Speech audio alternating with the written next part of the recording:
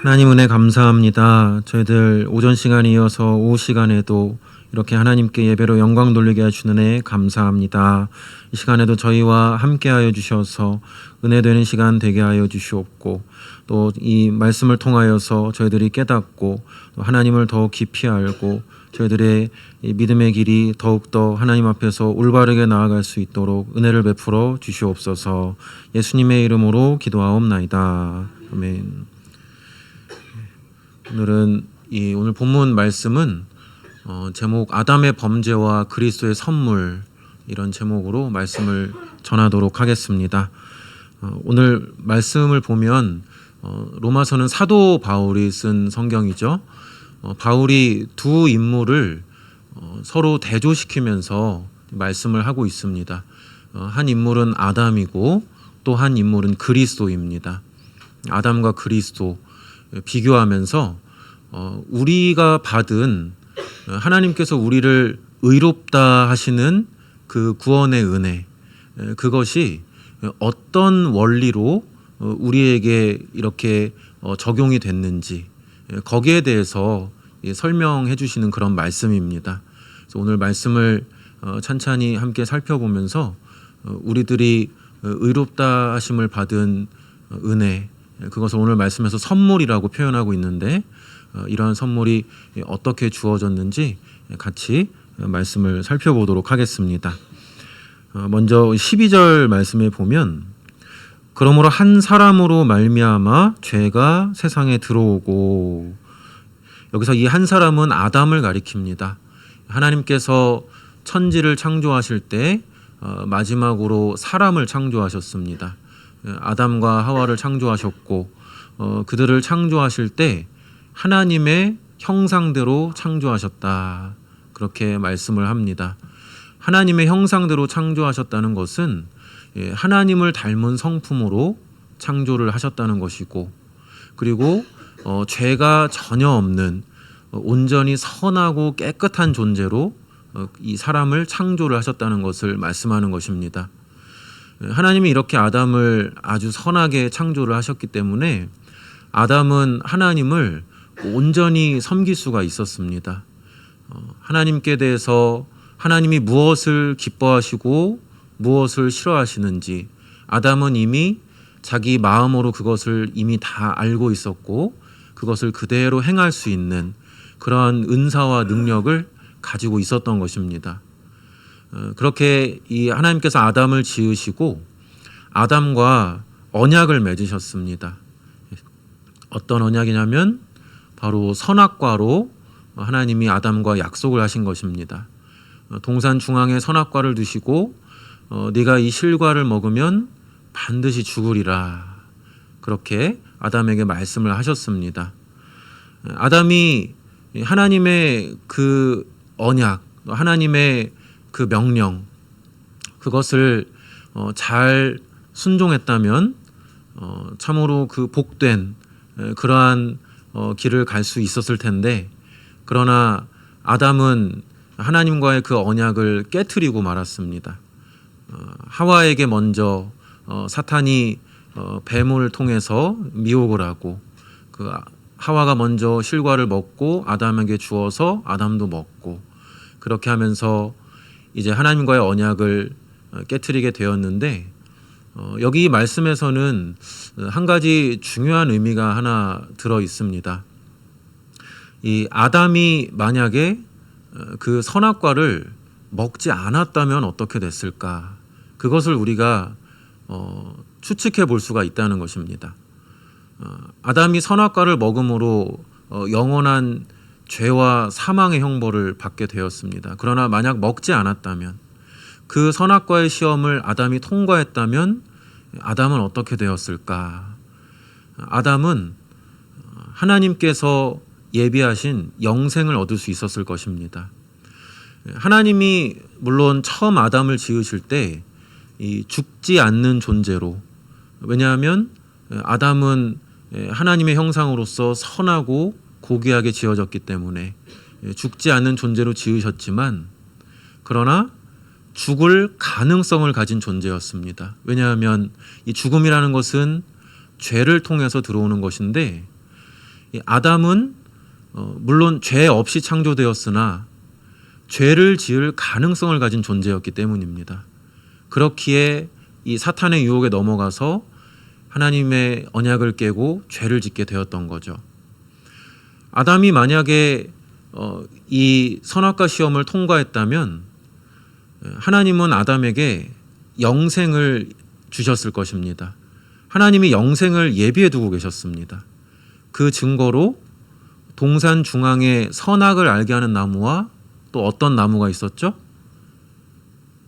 영생나무, 생명의 나무가 있었습니다. 그 실과를 먹으면 영생을 얻을 수 있다라고 성경에서 말씀하고 있죠.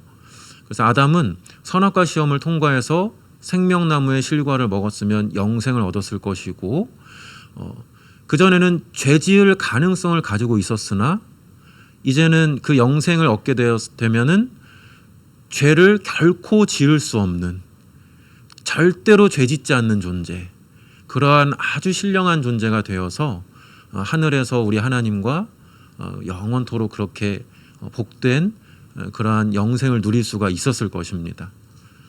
그러나 현실은 아담이 그 영생을 놓치고 하나님과의 언약을 깨버리고 죄를 지었다는 것이죠.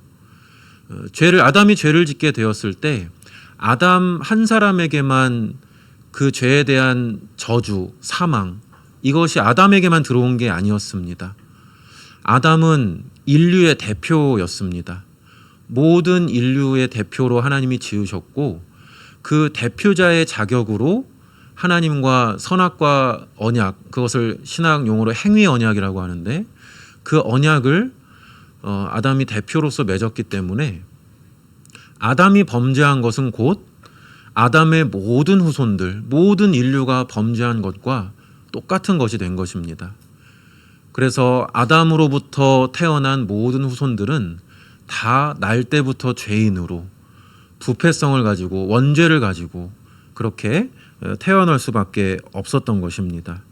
그래서 오늘 12절 전체를 다시 한번 읽어드리면, 그러므로 한 사람으로 말미암아 죄가 세상에 들어오고 죄로 말미암아 사망이 들어왔나니 이와 같이 모든 사람이 죄를 지었으므로 사망이 모든 사람에게 이르렀느니라.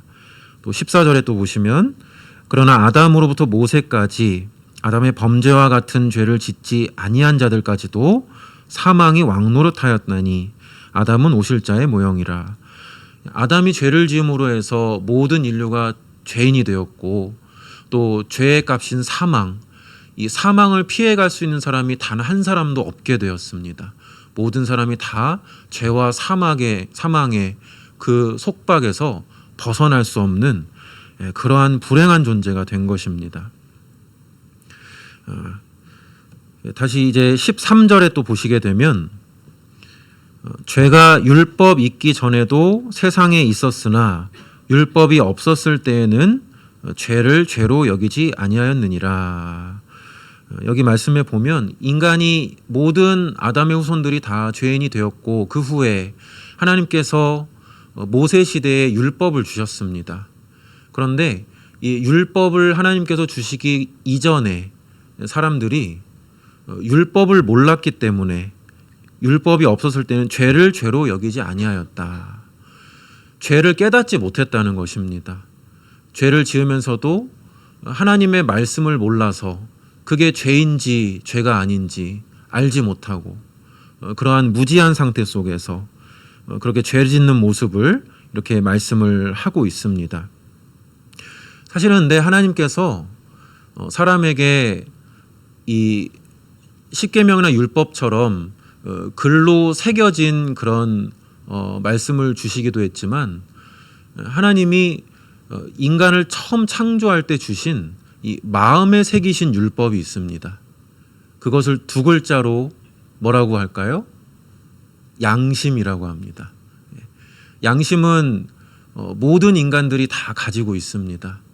하나님은 그 양심을 통해서 아주 우리 인간이 죄로 오염되었기 때문에 양심을 어기기도 하고, 또 인간의 그 양심도 더럽혀져서 하나님이 하나님이 무엇을 기뻐하시고 싫어하시는지를 명확하게 구분은 못합니다. 명확한 건 성경을 통해서만 알 수가 있죠. 말씀을 통해서. 그러나 양심을 통해서 어느 정도는 구분을 할 수 있다는 것입니다. 도둑질하는 것이 죄다. 이거는 믿지 않는 사람들도 다 알고 있죠. 양심으로 다 알고 있습니다. 사람 살인을 하면 죄다. 누군가를 때리면 죄다. 이러한 것들. 기본적으로 우리 인간이 가지고 있는 양심을 통해서 어느 정도의 선과 악을 구분을 할 수가 있습니다. 그런데 우리 인간들이 너무나 완악하기 때문에 그 양심조차도 지키지 않는 것입니다. 지키지 않고 오로지 하나님이 미워하시고 하나님께서 반대하시는 죄악의 길로 내달리는 것, 그것이 바로 우리 인간들의 모습이라고 할 수 있습니다. 이 모세 시대에 하나님이 그리고 나서 모세 시대에 율법을 주셨습니다. 율법에는 하나님께서 무엇이 선이고 무엇이 악인지를 명확하게 말씀하고 있습니다. 그래서 이것을 지켜라, 이것은 하지 마라 분명하게 말씀하시는데, 그러면 율법을 주신 이후에는 그 율법을 받은 자들이 하나님의 말씀을 잘 지켰을까요? 아니죠. 성경에서는 이 하나님의 백성들의 역사가 기록되어 있는데 그것은 불순종의 역사라고도 할 수가 있을 것입니다. 하나님이 무엇을 원하시는지 알면서도 지키지 않고 또 지키지 못하는 것입니다. 20절에 보시면 율법이 들어온 것은 범죄를 더하게 하려 함이라 말씀합니다. 이 말씀은 율법 때문에 죄를 더 짓게 되었다, 그런 말씀이 아닙니다. 율법을 하나님께서 주신 후에 이제 무엇이 죄인지 사람이 깨닫게 되었는데, 그러나 그 알면서도 율법대로 순종하지 못하는 것, 알면서도 선을 행하지 못하고 알면서도 죄를 짓고, 그래서 죄가 더 커졌다는 것입니다. 모르고 짓는 죄보다 알고 짓는 죄가 더 큰 법입니다. 그래서 이렇게 인간이 하나님의 말씀을 모를 때도 몰라서 죄를 짓고, 알 때도 알면서도 또 그 마음이 완악하기 때문에 죄를 짓는, 이것은 한마디로 인간이 얼마나 이 죄의 그 비참함에 눌려 있는 존재인지를 말씀을 하는 것입니다. 우리 인간은 너무나 부패해 있기 때문에 이 인간 스스로는 이 죄의 사슬에서 벗어날 수가 없기 때문에 무엇이 선이고 무엇이 악인지 알면서도 못 지키는 겁니다. 우리도 하나님의 백성, 우리 하나님의 자녀입니다라고 하면서도 우리가 사실 하나님 앞에 얼마나 불순종할 때가 얼마나 많이 있습니까? 우리가 이렇게 너무나도 연약하고 죄로 인한 그 부족함의 그런 존재, 그것을 오늘 말씀을 하고 있는 것입니다. 우리는 참으로 무능한 존재인 것입니다. 우리 스스로 이 죄의 문제를 해결할 수 없고, 또 우리 스스로 이 구원의 문제, 이 문제를 절대로 해결할 수 없다라는 것입니다.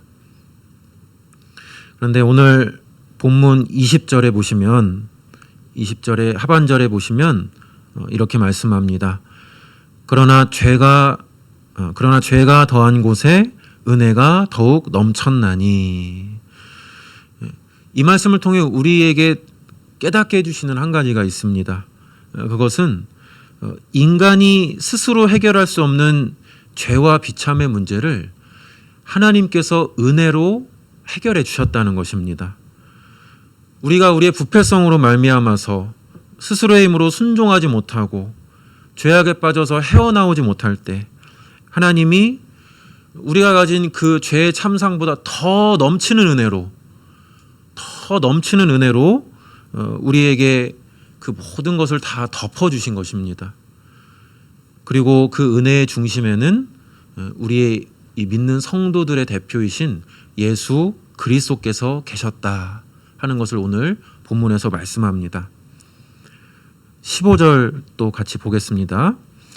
그러나 이 은사는 그 범죄와 같지 아니하니 곧 한 사람의 범죄를 인하여 많은 사람이 죽었은즉 더욱 하나님의 은혜와 또한 한 사람 예수 그리스도의 은혜로 말미암은 선물은 많은 사람에게 넘쳤느니라.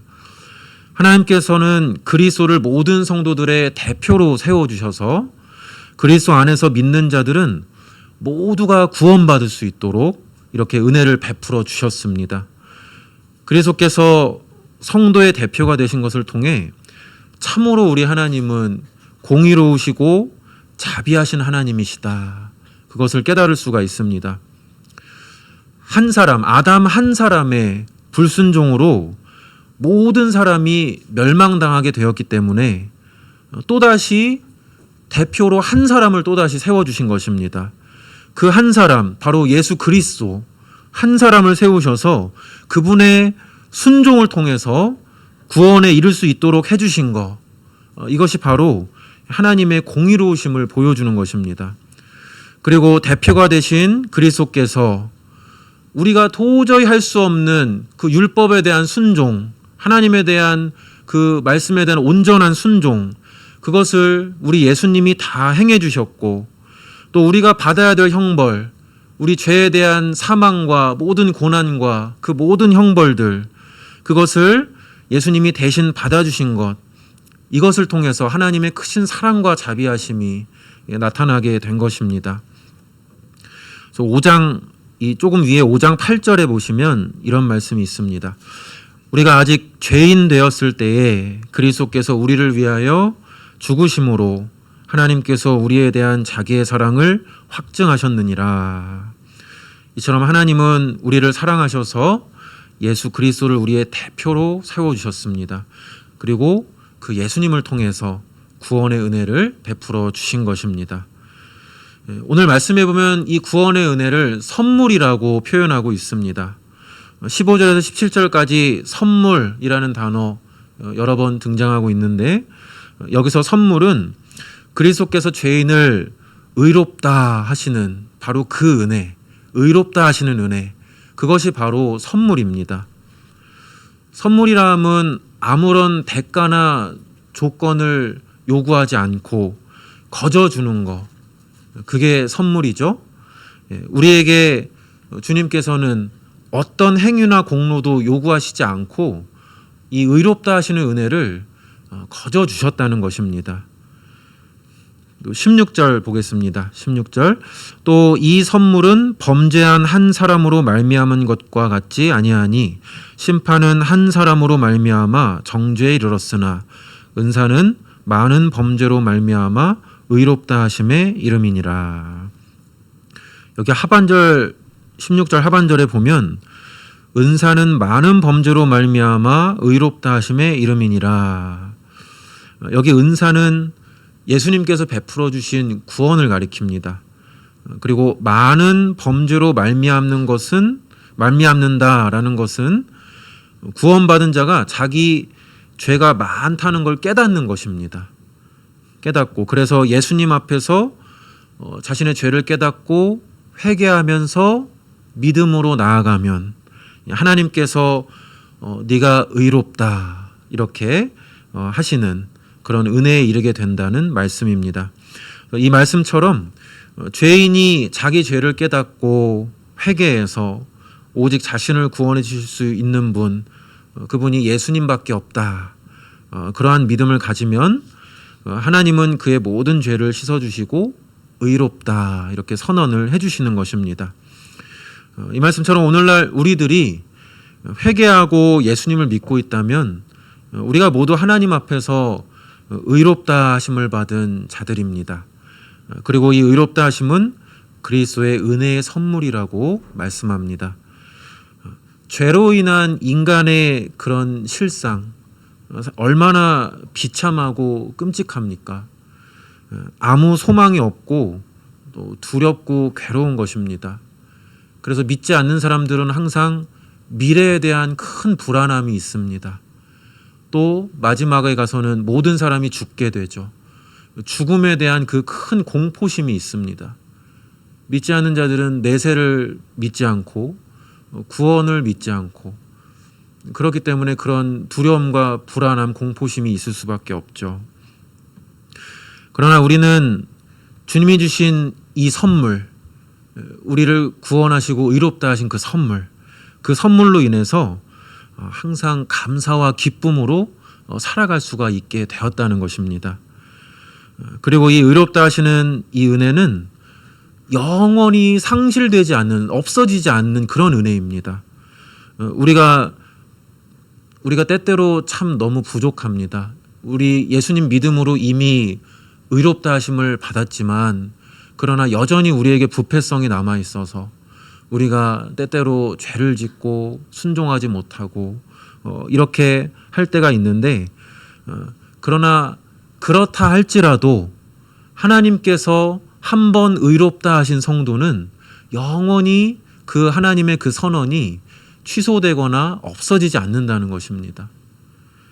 이게 바로 우리 그리스도께서 우리에게 주신 선물입니다.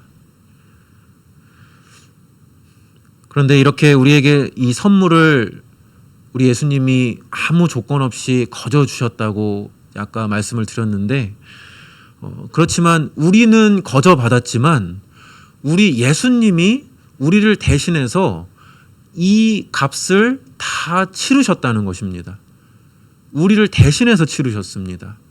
그것에 대해서 크게 두 가지를 치르셨다고 말씀하고 있는데, 먼저 첫째로 우리를 대신해서 고난받으시고 죽으신 것입니다. 18절, 그런즉 한 범죄로 많은 사람이 정죄에 이른 것 같이 한 의로운 행위로 말미암아 많은 사람이 의롭다 하심을 받아 생명에 이르렀느니라. 한 의로운 행위, 이 한 의로운 행위라는 것은 예수님께서 십자가에 못 박혀 고난받고 죽으신 것을 말씀하는 것입니다. 이 말씀처럼 인류의 대표인 아담이 선악과를 따먹은 그 한 범죄로 말미암아서 모든 사람이 정죄를 받게 되었습니다. 그러나 성도의 대표이신 예수님께서 죄인들을 대신해 십자가에 못 박혀 죽으심으로 그 한 의로운 행위로 말미암아 모든 성도가 의롭다 하심을 얻는 그러한 은혜가 있게 되었다는 것입니다. 예수님이 십자가에서 피 흘리심으로 우리가 받아야 될 고통과 또 지옥의 모든 형벌, 그것을 다 대신 받으셔야 했습니다. 그리고 이를 통해서 우리의 모든 죄책을 예수님이 깨끗이 다 씻어 주신 것입니다. 또 우리는 예수님의 이 고난을 생각할 때 사실은 그 십자가의 고난이 예수님 고난의 대표적인 고난이지만 예수님이 이 땅에 계시는 전 생애가 다 고난의 생애였습니다. 첫째로 예수님은 본래 하나님이시죠. 성자 하나님이십니다. 세상을 창조하신 창조주이십니다. 그 하나님께서 피조물의 그 이 볼품없고 연약한 너무나 비천한 이 피조물의 모습으로 이 땅에 오셨다는 것, 그 자체만으로도 어마어마한 고난인 것입니다. 가끔씩 이제 선배 목사님들께서 예수님이 이 땅에 사람의 몸을 입고 오신 것을 이렇게 비유를 하셨습니다. 그 옛날 재래식 화장실에 보면 그 구더기가 너무 막 바글바글한, 너무 끔찍하고 너무 더럽죠. 그런데 마치 사람이 그 구더기가 된 것과 같다. 이런 비유를 종종 하셨는 걸 제가 예전에 많이 배웠는데, 사실은 우리 성자 하나님이 사람으로 오신 것은 그거보다 더 낮아지시고 더 고난을 받으신 것입니다. 우리는 그 주님의 낮아지심과 고난을 상상조차 사실은 할 수가 없습니다. 또 그것만이 아니죠. 우리 예수님이 왕으로 이 땅에 오셨나요? 왕으로 태어나셨나요? 귀족으로 태어나셨나요? 그렇지 않습니다. 가난한 목수의 가정에서, 또 그 아기로 태어나셨을 때 그 좋은 구유에 누이신 게 아니죠. 좋은 강보에 넣으신 게 아니고 구유에, 그 짐승이 먹는 먹이통에 그렇게 누이시고, 예수님이 또 자라나시는 그 과정들, 복음서에 보면은 이제 어느 시점에서 예수님의 그 아버지 요셉에 대한 기사가 없습니다. 그것은 다시 말하면 예수님이 어렸을 때 그 아버지가 세상을 떠났다는 거죠. 예수님 장남이시기 때문에 동생들과 어머니를 또 돌봐야 하셨을 것입니다. 아버지를 이어서 목수일을 하시면서 그 가정을 돌보시고 어린 나이부터 얼마나 힘드셨겠습니까? 예수님이 이제 공생의 사역을 시작하실 때 모든 사람들이 예수님을 환영하고 환대하고 예수님을 잘 정말 그리스도로서 극진히 대접하고, 사람들이 다 그랬던 것이 아닙니다. 예수님을 배척하고 예수님을 모욕하고 예수님을 핍박하는 자들이 항상 따라다녔습니다. 예수님은 다시 말씀드리지만 하나님이십니다. 하나님이신데 피조물들이 예수님을 그렇게 괴롭히고 핍박을 했던 것입니다. 예수님의 그 고난을 생각할 때 사실은 얼마나 우리 예수님께서 이 예수님 당하신 고난은 예수님 자신의 죄 때문에 당한 고난이 아니시죠. 예수님은 죄가 하나도 없으십니다. 그저 우리 주님의 백성들, 바로 저와 여러분들, 우리들의 죄 때문에 그 모든 고통, 고난을 주님이 다 받으셔야 했던 것입니다. 또 예수님이 우리를 위해서 행하신 것, 이렇게 고난 받으신 것과 또 한 가지는 율법에 온전히 순종을 하셨다는 것입니다. 19절 말씀 읽어보겠습니다. 한 사람이 순종하지 아니함으로 많은 사람이 죄인 된 것 같이 한 사람이 순종하심으로 많은 사람이 의인이 되리라. 아담이 하나님 말씀을 순종하지 않았기 때문에 모든 사람이 죄인이 되었고, 그리고 아담의 후손인 모든 사람들이 자기 죄와 부패성으로 인해서 하나님의 말씀을 결코 순종할 수 없는, 그 능력이 없는 그런 존재가 되었습니다. 그러나 성도의 대표이신 그리스도께서 우리를 대신해서 하나님의 율법을 순종하셨다는 것입니다. 예수님은 사실은 율법을 순종할 필요가 없으신 분입니다. 왜냐하면 예수님이 바로 율법을 주신 하나님이시기 때문입니다. 예수님은 율법을 순종할 필요가 없는 분이신데, 그런데 그 율법을 이 땅에 계실 때 하나도 빠뜨리지 않고 온전히 율법 아래서 온전히 순종을 하셨다는 것입니다. 누구를 위해서 그렇게 하셨다고요? 우리를 위해서, 그리고 우리를 대신해서. 우리가 도저히 율법 순종할 수 없습니다. 율법 능력이 없고 부패함으로 인해서 도저히 그럴 능력이 없는데, 만약에 우리가 율법을 100% 온전히 순종한다면 우리의 그 율법을 행하는 그 행위로 말미암아 스스로 구원을 받을 수 있을 것입니다. 그러나 그렇게 할 수가 없죠. 그래서 우리 주님께서 대신 행해 주신 것입니다. 예수님께서 우리를 대신해 모든 율법을 순종하시고, 그래서 우리가 바로 그 예수님을 믿으면, 우리를 대신해 순종하신 예수님을 믿으면 예수님의 순종이 우리의 순종으로 하나님께 받아들여지는 것입니다. 모든 율법을 순종한 자가 하나님 앞에 의롭다함을 얻는 것입니다.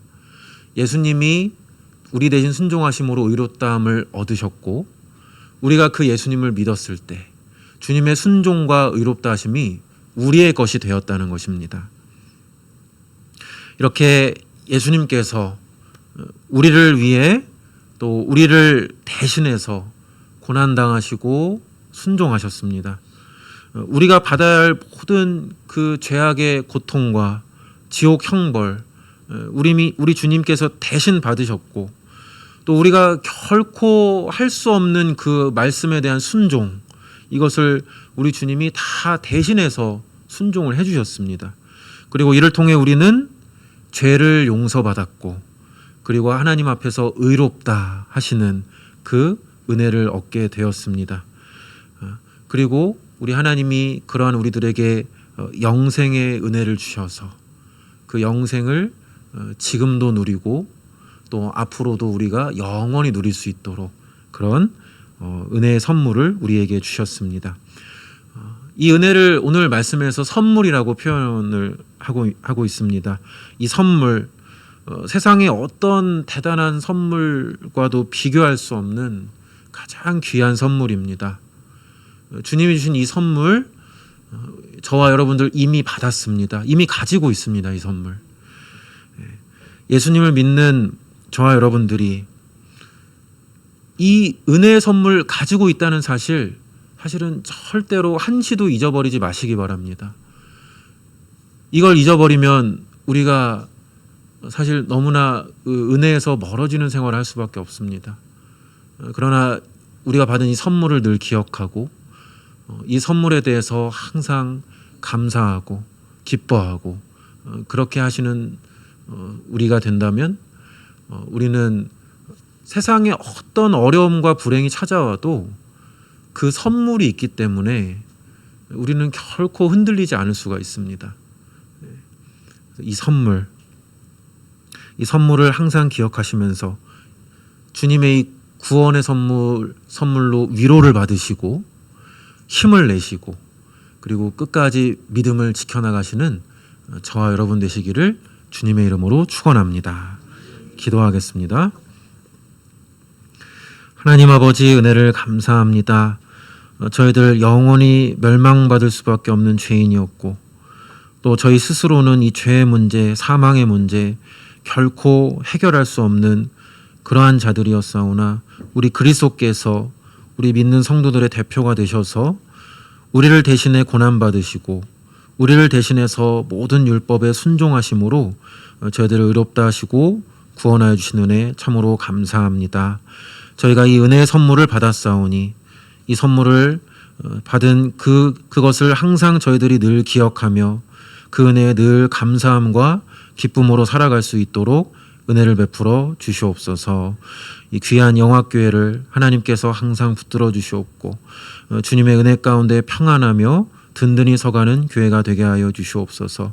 담임 목사님과 장로님 항상 평안하고 성령 충만함을 주시옵고 또 그 가정이 늘 주님의 은혜 안에서 화목하여서 우리 주님의 일을 수종들어 나갈 때에 어려움이 없도록 부족함이 없도록 인도하여 주시옵소서. 또 우리 영화교회 모든 성도들 하나님께서 항상 은혜 주심으로 믿음이 점점 자라나는 그러한 성도들이 되게 하여 주시옵고 우리 영화교회를 또 든든히 섬겨나가는 성도들 될 수 있도록 은혜 베풀어 주시옵소서. 예수님의 이름으로 기도하옵나이다. 아멘. 찬송가